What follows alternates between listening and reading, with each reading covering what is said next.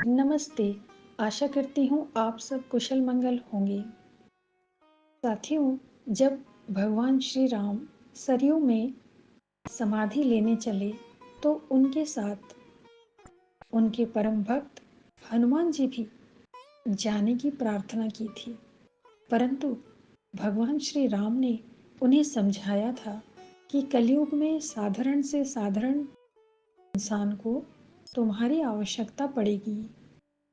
लोग जब समस्याओं में घिर जाएंगे तो तुम्हें पुकारेंगे और तब तुम उन्हें अपना सहारा देना। तो तुम हमेशा अमर अजर बनकर भक्तों के दुख कष्ट दूर करोगे।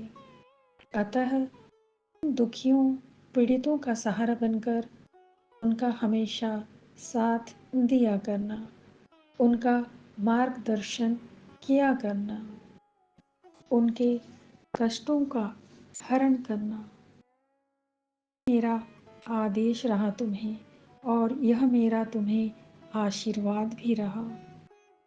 तब से श्री राम भक्त हनुमान जी अपने आराध्य श्री राम जी को दिया गया वचन निभाते चले आ रहे हैं। जब भी कोई श्रद्धा से उनको पुकारता है, वे अवश्य ही उनकी सुनते हैं। ऐसा बहुतायत सुनने में मिलता है और देखा भी गया है। इसी प्रकार गोस्वामी तुलसीदास जी द्वारा रचित हनुमान चालीसा का प्रभाव भक्तों के दुखों को दूर करने के लिए एक अति उत्तम साधन इस कलयुग में हमें मिला है। हनुमान चालीसा का बहुत महत्व है। जब भी भक्त मुश्किल में पड़ता है, वह हनुमान चालीसा का जब सहारा लेता है तो उसे सफलता अवश्य मिलती है। इसका कारण है कि कहा जाता है कि जहाँ भी हनुमान चालीसा पढ़ी जाती है तो हनुमान जी वहाँ अवश्य ही पधारते हैं और चालीसा सुनते हैं एवं भक्त की निष्ठा को देखकर मनोकामना पूर्ण होने का आशीर्वाद भी दे जाते हैं। अतः हमें यह जानना बहुत जरूरी है कि हनुमान चालीसा का विधिवत पाठ कैसा होना चाहिए। हनुमान चालीसा चूंकि स्वयं अपने आप में सिद्ध है एवं उसमें यह उद्धृत भी है कि जो 7 बार पाठ कर कोई, छूट ही बंदी महासुख होई। अर्थात जो 100 बार पाठ करेगा उसकी इच्छा पूर्ण होगी ही। परंतु समस्या तब आती है जब यह ज्ञात नहीं होता है कि हनुमान चालीसा क्या एक ही बार की बैठक में 100 बार पाठ करना चाहिए या फिर कैसे पाठ करना चाहिए कि मनोकामना पूर्ण हो सके। साथियों, असल विषय तो यह है कि भक्त का संकल्प शक्ति कैसा है और कितना मजबूत है, उसी के अनुसार ही उसे पाठ करना चाहिए। अर्थात यदि वह संकल्प में प्रतिदिन जितना पाठ कर पाएगा यह वचन ले तो उसे अपने वचनानुसार उतना ही पाठ करके प्रतिदिन के हिसाब से 100 पाठ कर लेना होगा। यदि समयाभाव के कारण या स्वास्थ्य ठीक न होने के कारण प्रतिदिन वह 10 पाठ करने का संकल्प लेता है तो वह 10 दिनों में 100 पाठ कर सकता है। उसी प्रकार यदि भक्त चाहे कि वह प्रतिदिन 25-25 पाठ कर लेगा तो वह 4 दिनों में 100 पाठ पूर्ण कर सकता है। अतः यहाँ आपको भगवान के सामने उचित संकल्प लेकर ही उसे निभाना होगा।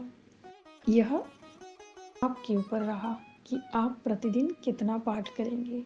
मैं फिर से थोड़ा अच्छे से समझा देती हूँ।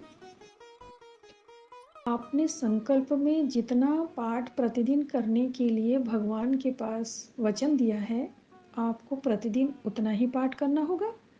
और जब यह पाठ 100 हो जाए तो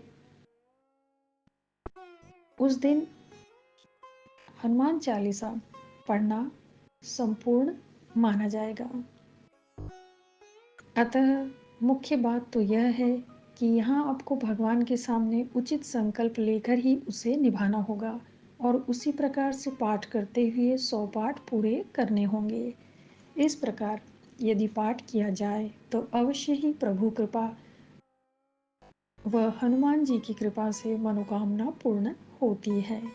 यहाँ हनुमान जी को प्रसन्न करने के लिए हनुमान चालीसा पाठ से पूर्व एक माला भगवान श्री राम के नाम का जप कर लें तो सोने में सुहागा साबित होगा।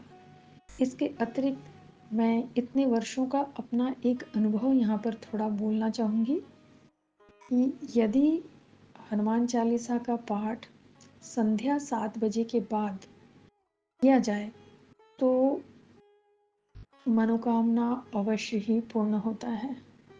मैंने देखा है, बहुत प्रकार की परेशानियों को कटते देखा है। अतः यदि कोई संध्या 7 बजे के बाद संकल्प के अनुसार प्रतिदिन हनुमान चालीसा पाठ करके 100 पाठ पूर्ण कर ले तो उसकी अभिलाषा अवश्य ही पूर्ण होगी।